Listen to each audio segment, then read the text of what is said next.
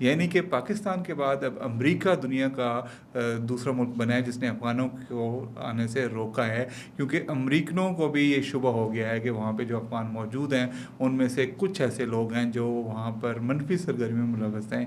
یہ مذاکرات کامیاب ہو سکے کہ جو سعودی عرب میں ہونے جا رہے ہیں؟ پاکستانی لوگ افغان کو اپنا بھائی سمجھتے ہیں، لیکن افغانستان کے اندر کچھ عناصر ایسے ہیں جو اپنا قبلہ کعبہ کہیں اور سمجھتے ہیں۔ پاکستان میں دہشت گردی کے واقعات ہوئے تو پاکستان نے اس کو بڑا بھرپور جواب دیا تھا اور افغانستان کے اندر جا کے اسٹرائکس کی تھی۔ اب مذاکرات حکومت نہیں کرنا چاہ رہی یا مقتدرہ نہیں کرنا چاہ دیکھیں رہی؟ جی، ان کو پی ٹی آئی کو مذاکرات کا جو آخری چانس ملا تھا وہ آج سے ایگزیکٹلی 1 سال پہلے ملا تھا۔ بڑے برے حالات ہیں پی ٹی آئی کے اس وقت، تو میرا نہیں خیال کہ کوئی تحریک چلا سکیں گے۔ آخری ایک ہونا chairman joint chief of staff committee, یہ واقعی اعزاز کی بات ہے ان کے لیے، اور انہوں نے بحث خوبی اس عہدے کو نبھایا۔ السلام علیکم، میں ہوں آپ کے ساتھ رمشا عارف اور آپ دیکھ رہے ہیں پروگرام وی ٹاک۔ آج عمار صاحب میرے ساتھ موجود نہیں ہیں، ان کی جگہ جو ہے وہ آج خرم صاحب میرے ساتھ موجود ہیں۔ ان سے جانیں گے کہ ملکی سیاست میں کیا ہو رہا ہے اور کس طرح سے جو ہے وہ آگے ہم نے دیکھا کہ کل امریکہ میں وائٹ ہاؤس کے سامنے ایک جو لوگوں پہ فائرنگ کی گئی اس میں جو بندہ نکلا ہے وہ افغانی نکلا ہے، اور امریکی حکام نے وہاں کے لوگوں نے جو ہے وہ فوراً اس کے اوپر ایکشن لیا اور اس کا پتہ لگا لیا کہ افغانی ہے۔ یہ سارا معاملہ کیا ہے، اور پھر ہم نے دیکھا کہ پاکستان اور افغانستان کے معاملات جو ہیں وہ کشیدگی کا شکار ہوئے تھے، لیکن اب خبریں کچھ اس طرح سے آ رہی ہیں کہ مذاکرات کا جو دور تھا وہ پہلے قطر میں ہوا، پھر ٹرکی میں ہوا، اور اب کہا یہ جا رہا ہے کہ مذاکرات کا جو اگلا دور ہوگا وہ سعودی عرب میں ہوگا۔ سعودی عرب اس میں اہم کردار ادا کرے گا، اس حوالے سے بات کریں گے۔ اور پھر اگر ہم دیکھیں تو نواز شریف صاحب نے بڑے لمبے عرصے کے بعد جو ہے وہ خاموشی توڑی ہے، اور پھر جب انہوں نے بولا کچھ تو وہ خبروں کی زینت بھی بنی چیزیں، اس حوالے سے بات کریں گے۔ انہوں نے کچھ احتساب کی باتیں کی کہ احتساب ہونا چاہیے، پھر انہوں نے کہا کہ یہ جو الیکشن ہم جیتے ہیں یہ ہماری کارکردگی کی بنیاد پر ہم الیکشن جیتے ہیں، یہ سارا معاملہ کیا ہے۔ اور پھر سہیل آفریدی صاحب جو ہیں وہ ان کی خان صاحب سے ملاقات نہیں کروائی جا رہی، اور تقریباً 1.5 مہینہ ہو گیا کہ وہ اڈیالہ کے باہر چکر لگاتے ہیں لیکن ملاقات نہیں ہو رہی۔ اب یہ کہا جا رہا ہے کہ سہیل آفریدی سے پی ٹی آئی کی اپنی اندر کے کچھ لوگ جو ہیں وہ ناخوش ہیں کہ وہ اس طرح سے خان صاحب کی رہائی کے لیے اقدامات نہیں کر رہے۔ کیا سہیل آفریدی صاحب بھی اچھے بچے بن گئے ہیں، یا وہ بھی علی امین گنڈا پور جس لائن پہ چل رہے تھے اسی لائن پہ چلنا شروع ہو گئے ہیں، اپنا وہ پرسیپشن ٹھیک کر رہے ہیں؟ یہ سارا معاملہ کیا ہے؟ اور پھر ساتھ ہی ساتھ جو ہے وہ خان صاحب کے حوالے سے خبریں آ رہی تھی کہ شاید ان کو مار دیا گیا ہے یا کچھ اس طرح سے، لیکن آج جو ہے وہ جیل سپرنٹینڈنٹ نے اس چیز کی وضاحت بھی کر دی کہ خان صاحب بالکل ٹھیک ہیں۔ یہ معاملہ کیا ہے، اس تمام تر صورتحال پر بات ہوگی۔ اور آج جو ہے وہ جنرل ساحر شمشاد مرزا جو ہیں ان کا ٹینیور ختم ہو گیا ہے، اور اب جو ہے وہ سی ڈی ایف ایک نیا عہدہ جو ہے وہ فیلڈ مارشل عاصم منیر صاحب جو ہے وہ نوٹیفیکیشن ہو جائے گا اور وہ سنبھال لیں گے۔ یہ تبدیلی کتنی اہم ہے، اس تمام تر صورتحال پر بات ہوگی۔ ویلکم ٹو دا شو سر۔ بہت شکریہ۔ خرم صاحب، سب سے پہلے تو ہم بات کریں اگر، تو ہم نے دیکھا کہ افغانستان کے معاملات جو ہیں پاکستان کے ساتھ تو کشیدگی کا شکار تھے، اب جو ہے وہ معاملات آگے جا کے اب وہ امریکہ تک پہنچ گئی ہے ان کی دہشت گردی، اور وہاں پہ جو ہے وہ ایک افغانی نکلا ہے جس نے وائٹ ہاؤس کے باہر 2 ان کے جو گارڈز ہیں ان کو زخمی کیا، اور وہ شدید زخمی ہے، اور امریکی حکام نے جو ہے اس کے اوپر فل فور ایکشن لے کے اس کو دیکھ بھی لیا ہے کہ یہ افغانی ہے۔ تو آپ کیا کہیں گے کہ یہ اب جو دہشت گردی ہے یہ پاکستان کے ساتھ امریکہ بھی پہنچ گئی ہے؟ جی بالکل، اور اس کی جو تصدیق ہے وہ کسی اور سے نہیں بلکہ براہ راست امریکی صدر ڈونلڈ ٹرمپ کی طرف سے کی گئی ہے، اور انہوں نے بتایا ہے کہ جو دہشت گرد تھا یہ بائیڈن کے پروگرام کے تحت امریکہ گیا تھا، جو انہوں نے 2021 میں ان افغانیوں کے لیے کھولا تھا جو جب افغانستان میں چینج ہو رہی تھی حکومت، تو جو افغانی اس وقت کی حکومت کی حمایت میں تھے ان کو وہاں پہ فیسیلیٹیٹ کرنے کے لیے اور وہاں پہ بلانے کے لیے اور پناہ دینے کے لیے وہ پروگرام شروع کیا گیا تھا، اور اس پروگرام کے تحت یہ کیا تھا وہاں پہ۔ لیکن اس کے بارے میں جو مختلف رپورٹس آ رہی ہیں وہ یہ ہیں کہ اس کو پہلے سے دہشت گردی کا اس سے آگاہی تھی، اور اس کے جو لنکس ہیں وہ کچھ ایسے مل رہے ہیں کہ شاید وہ پہلے دہشت گرد رہا ہے اور امریکہ وہ پہنچا ہے، اور وہاں پر جا کے اس نے 2 جو گارڈز ہیں ان کو نشانہ بنایا ہے، اور وہ ابھی شدید زخمی ہیں گارڈز، وہ موت و حیات کی کشمکش تلاش میں ہے اور یہ بھی زخمی ہے، پولیس کی کارروائی میں زخمی ہوا ہے اور اس کو اب انڈر سرویلنس میں رکھا ہوا ہے ہاسپٹل میں. اور جو ہمیں خبریں ہم تک آ رہی ہیں، جو اطلاعات پہنچ رہی ہیں، ان کے مطابق یہ کسی دہشت گرد گروہ سے اس کے رابطے ہونے کا امکان ہے. اور یہ ایک امریکہ نے تو اس کو ڈکلیئر کیا کہ دہشت گردی کی اٹیمپٹ تھی، ڈونلڈ ٹرمپ نے بتاتے خود کیا ہے. اور اس کے بعد انہوں نے ایک فوری قدم اٹھاتے ہوئے جو امیگریشن ہے افغانس کی اس وقت امریکہ میں، وہ اس پر روک دیا ہے. یعنی کہ پاکستان کے بعد اب امریکہ دنیا کا دوسرا ملک بنا ہے جس نے افغانوں کو آنے سے روکا ہے، کیونکہ امریکنوں کو بھی یہ شبہ ہو گیا ہے کہ وہاں پہ جو افغان موجود ہیں ان میں سے کچھ ایسے لوگ ہیں جو وہاں پر منفی سرگرمی میں ملوث ہیں، یہاں تک کہ وہ لوگوں کو مارنے میں ملوث ہیں اور دہشت گردی کے واقعات میں ملوث ہیں اور سرے عام سڑک پہ فائرنگ میں ملوث ہیں. اور اس لیے اب امریکہ بھی محتاط رویہ اپنانے پہ مجبور ہو گیا ہے. اب اس کا جو ہے افغان طالبان جو ہے، جو افغان طالبان رجیم جو ہے، اس پہ کیا اثرات مرتب ہوتے ہیں یہ ابھی ہمیں پتہ چلے گا آنے والے دنوں میں. لیکن جو انٹرسٹنگ چیز ہے، اس میں دلچسپی کا باعث ہے، وہ یہ ہے کہ کچھ عرصہ پہلے امریکی صدر ڈونلڈ ٹرمپ نے بگرام ایئر بیس کی حوالگی کا مطالبہ کیا تھا اور انہوں نے کہا تھا کہ وہ خطے میں موجودگی کے لیے بگرام ایئر بیس کو لینا چاہتے ہیں. اور انہوں نے افغان طالبان سے مطالبہ کیا تھا کہ بگرام ایئر بیس ان کو دیا جائے اور وہ ان کے حوالے کیا جائے، جس کے بعد کچھ افغان طالبان کی طرف سے اس طرح کے بیانات بھی دیکھنے میں آئے جن میں تشدد آمیز رویہ تھا. اور انہوں نے ان کے بیانات سے یہ لگا کہ افغانستان دوبارہ جنگ کے راستے پر چل رہا ہے. امریکہ نے ایگریسو اپروچ جو ہے وہ اختیار کی، ہم یہ جی جی جی بالکل، امریکہ نے اس پہ اور بڑا ضروری تھا، یہ کرنا چاہیے تھا. آپ کے واشنگٹن ڈی سی میں انہوں نے 2 ملکوں پہ اٹیک کیا ہے، ایک دہشت گرد حملہ کیا ہے، تو بلکہ اس سے زیادہ سخت ہونا چاہیے امریکہ کو. اور انہوں نے کو باقاعدہ اس میں اگریسو قسم کی تحقیقات کر کے جو بھی لوگ ہیں ان تک پہنچنا چاہیے اور ان کو سزا ملنی چاہیے. اس میں جو دلچسپ چیز جو اینگل ہو سکتا ہے، دیکھیں پاکستان کا جو یہ خطہ ہے، پاکستان اس میں ایک انتہائی مضبوط ملک ہے اور پاکستان ایک بڑی عسکری طاقت ہے اور پاکستان کا انٹیلیجنس نیٹ ورک بہت اسٹرانگ ہے. اور یہ جتنے بھی گروپس یہاں پہ کام کر رہے ہیں یہ پاکستان کے جو انٹیلیجنس ایکسپرٹس ہیں ان کی ٹپس پر ہیں.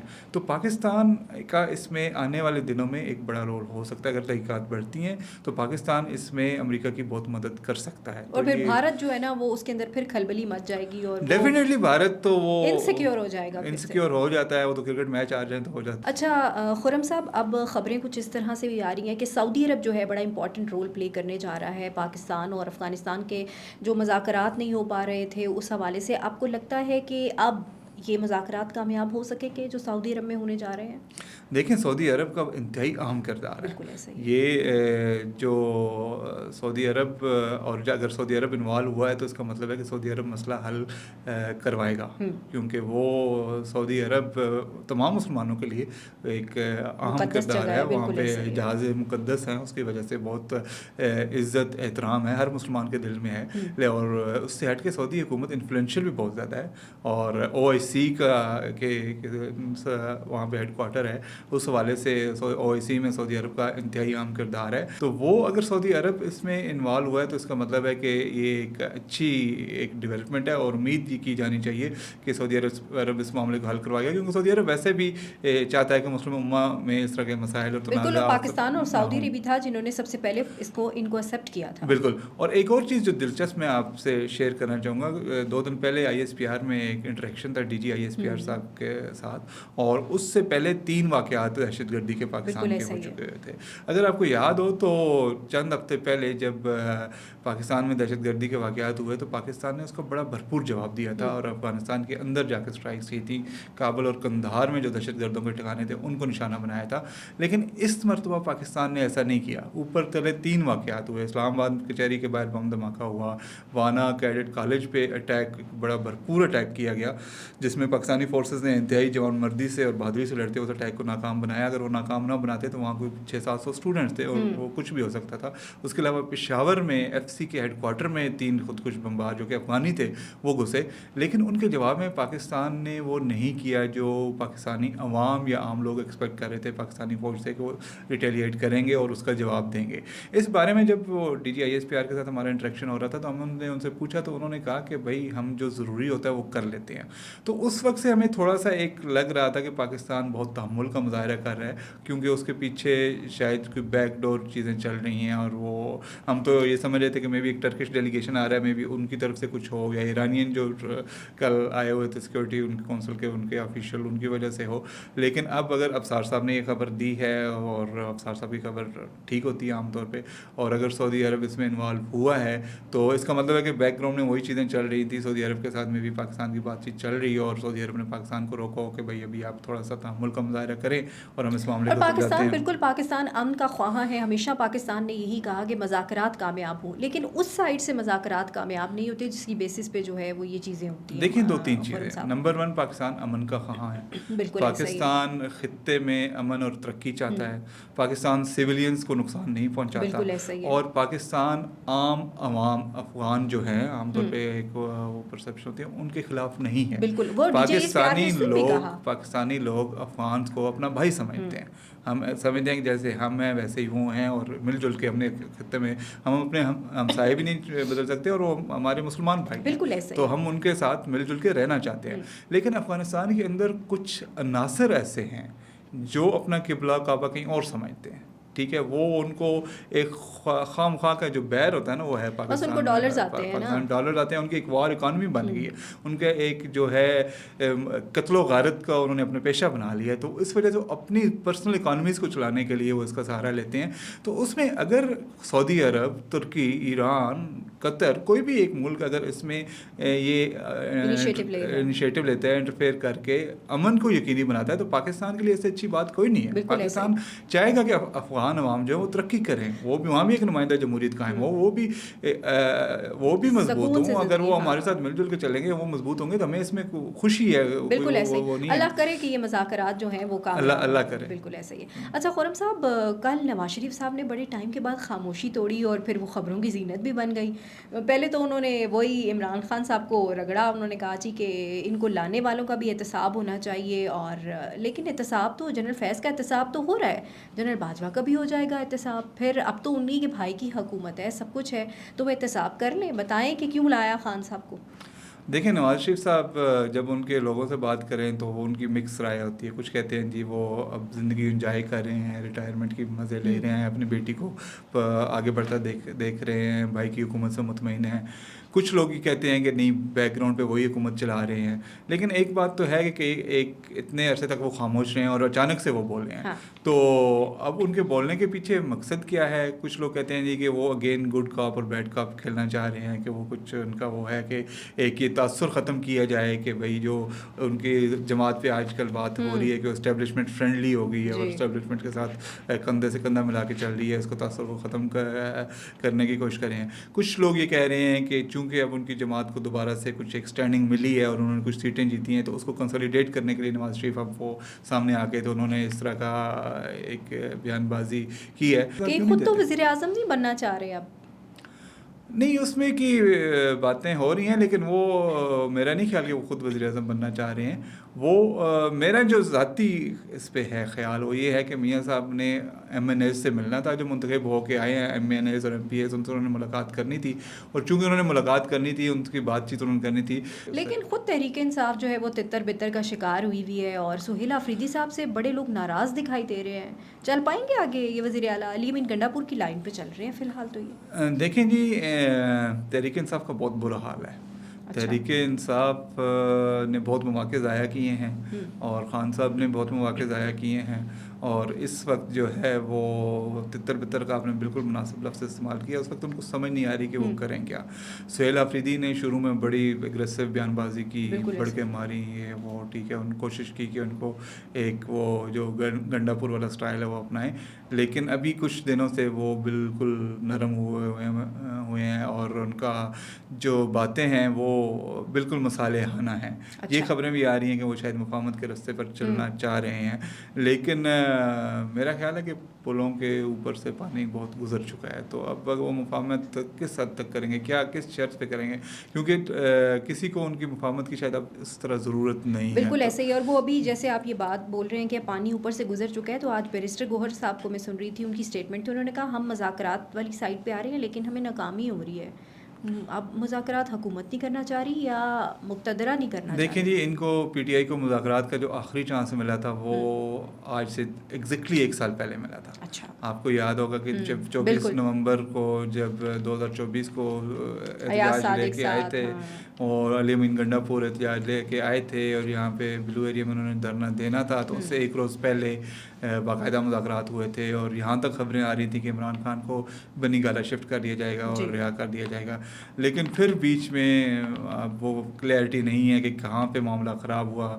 بہت سارے لوگ کہتے ہیں کہ عمران خان نے خراب کیا، بہت سارے لوگ کہتے ہیں کسی اور نے کیا، لیکن وہ ان سے ٹرین مس ہو گئی. اور اس کے بعد جو کچھ ہوا، اب ان کی اسٹیٹ پاور نہیں ہے بالکل، اب کارکن مایوس ہیں. اور پاکستان جیسے ملک میں ایک کارکن مڈل کلاس کا، ایلو اور مڈل کلاس کا، ایون ٹاپ مڈل کلاس کا کتنی قربانی دے لے گا کسی ایسے لیڈر کے لیے نکلیں گے لوگ ہی نہیں نکلے. وہ لوگ کیوں نکلیں گے جب ان کو پتہ ہے کہ لیڈرشپ کلیئر نہیں ہے، جب ان کو پتہ ہے کہ لیڈرشپ کا پتہ ہی نہیں ہے، کلیئرٹی نہیں، وہ ہے ہی نہیں، اور ان کو یہ بھی پتہ ہے کہ ان کے احتجاج کا کوئی فائدہ نہیں ہونے والا، تو وہ کیوں وہ اس طرح کا. دیکھیں نا، اتنے لوگوں نے جو کی جدوجہد، اس کا ثمر کیا ملے نا. تو وہ بڑے برے حالات ہیں پی ٹی آئی کے اس وقت. تو میرا نہیں خیال کہ کوئی تحریک چلا سکیں گے. ان کے لیے بیسٹ یہ ہے تحریک انصاف کے لیے کہ اب لو پروفائل رہ کے جہاں جہاں ان کے پاس سیٹیں ہیں، اگر کے پی میں حکومت ہے تو وہاں کام کریں، ترقیاتی کام کریں، لوگوں کی فلاح و بہبود کریں. اور اب جو لائن اپنائی ہے سہیل آفریدی صاحب نے، اگر وہ اس پر قائم رہیں، این ایف سی کی میٹنگ میں شامل ہوں، دوسری میٹنگ میں شامل ہوں، فوج کا آپریشن میں فوج کا ساتھ دیں، مرکزی حکومت کے اچھے کاموں میں ان کا ساتھ دیں، اور جہاں پہ غلط کریں وہاں ضرور آواز اٹھائیں. لیکن اس آواز اٹھانے کا ایک طریقہ ہے، اگر اس پہ کریں تو میرے خیال میں لانگر رن میں ان کو کچھ فائدہ ہو سکتا ہے. لیکن اگر وہ خالی بیان بازی سے کام لیں گے، خالی اگر وہ یہ کہتے رہیں گے جی کہ نہیں فلانا برا ہے اور یہ اس کو یہ اور اس کو گالم گلوچ، تو میرا خیال ہے اب انہیں اس سے آگے جانا چاہیے. یہ کوئی ایسی اسٹریٹجی نہیں ہے کہ اس پہ ان کو کوئی مدد مل سکے. اچھا خرم صاحب، آج جو ہے وہ جنرل ساحر شمشاد مرزا صاحب کا ٹینیور ختم ہو گیا اور وہ آخری جو ہیں وہ joint chief of staff committee ہیں، ان کا ٹینیور جو ہے وہ ختم ہوا ہے آج. اور اب جو ہے وہ سی ڈی ایف کا ایک نیا عہدہ بنا ہے، نوٹیفیکیشن ہو جائے گا کچھ ٹائم میں. تو آپ اس تبدیلی کو کیسے دیکھ رہے ہیں؟ بحیثیت انسان بہت اچھے انسان ہیں، ان کی بڑی اچھی شہرت ہے فوج میں اور فوج سے باہر بھی، اور ان کا کیریئر بڑا اچھا ہے، اور وہ ایک بڑی ہمبل فیملی سے ہیں اور ابھی تک بڑے ہمبل قسم کے انسان ہیں وہ. تو ان کی بڑی نیک نامی ہے اور شہرت ہے، تو کیریئر بڑا اچھا رہا. پھر اس عہدے میں جتنا اس میں اتار چڑھاؤ آیا ہے پاکستان میں، تو ان کا ایک کردار جو ہے وہ بڑا سالڈ رہا ہے. جو پاک فوج کی جو ریلیشن شپ ہے، چاہے وہ اندرون ملک مختلف ان سے طبقات سے ہے یا پھر بیرون ملک جو ڈپلومیٹک ہے، تو انہوں نے ہر جگہ پاک فوج کی نمائندگی کی اور بہت سارے عام امور سر انجام دیے ہیں. اور آخری ایک ہونا chairman joint chief of staff committee, یہ واقعی اعزاز کی بات ہے ان کے لیے، اور انہوں نے باعث خوبی اس عہدے کو نبھایا اور پایہ تکمیل تک پہنچایا.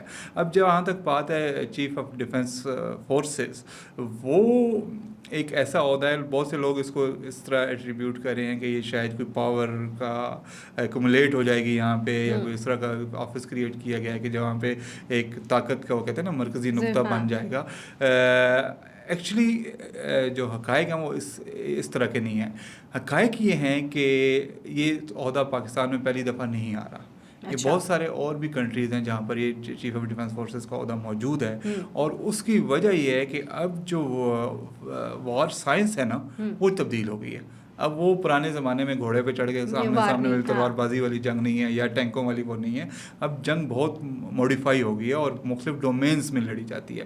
اس میں روایتی فورسز تو آپ کی ہیں ہی، آپ کی جو بری فوج ہے وہ ہے، آپ کی فضائی ہے، بحری ہے وہ ہے، آپ کی سائبر فورس ہے، آپ کی اور بہت سارے اس میں ڈومینز آ گئے ہیں، انکلوڈنگ سوشل میڈیا، اور بہت ساری چیزیں آ گئی ہیں. تو وہ مختلف ڈومینز کے درمیان جو کوآرڈینیشن اور ایک جو رابطہ ہوتا ہے نا، اس کے لیے ضروری ہے کہ ایک کلیئرٹی کے لیے، کمانڈ کی کلیئرٹی کے لیے ایک آپ کو اوپر ایک سب پاورفل ایک بندہ بیٹھا ہونا چاہیے جو سارے اپنے ڈومینس کو، سارے اپنے ونگز کو اچھی طرح لڑا سکے. تو اس ضرورت کے تحت یہ ایک عہدہ کریٹ کیا گیا ہے، اور اس سے یقیناً پاکستان کو بہت فائدہ ہوگا، اور یہ ایک بڑا اچھا سٹیپ ہے. اور اس میں دوسری بات یہ ہے کہ جو لوگ باتیں کر رہے ہیں کہ اس سے جو دوسری فورسز ہماری ایئر فورس ہے یا نیول فورسز ہیں، ان کو کوئی ان میں کوئی برتری کا مسئلہ ہو جائے گا، یا ان کی اپنے اس کا ایڈمنسٹریٹو کوئی چیزیں خراب ہوں گی، ایسا کچھ نہیں آنے والا. ان کی اپنی ایڈمنسٹریٹو پوزیشنز اور ان کے اپنی پوزیشن وہ وہیں پہ قائم ہیں, اتنی اسی طرح قائم رہیں گی. آرمی, نیوی, ایئر فورس, ساری فورسز اسی طرح رہیں گی. اور لیکن ان میں جو ایڈیشنل چیزیں آ رہی ہیں, سائبر فورس آ رہی ہے اور جو ایڈیشنل آ رہی ہیں, ان سب میں کوآرڈینیشن جو ہے وہ ایک ٹاپ کمانڈ سے بہتر ہو جائے گی, اور اس کے لیے یہ ایک عہدہ تخلیق کیا گیا. بالکل ایسے ہی, اور ہم دعا گو ہیں آرمی چیف کے لیے کہ اللہ تعالیٰ ان کے لیے آسانی کرے, اس ملک کے لیے بھی آسانی کرے. بہت شکریہ خرم صاحب وقت دینے کے لیے. ناظرین, مجھے اور خرم صاحب کو اجازت دیجیے. اللہ نے کے بان پاکستان زندہ باد.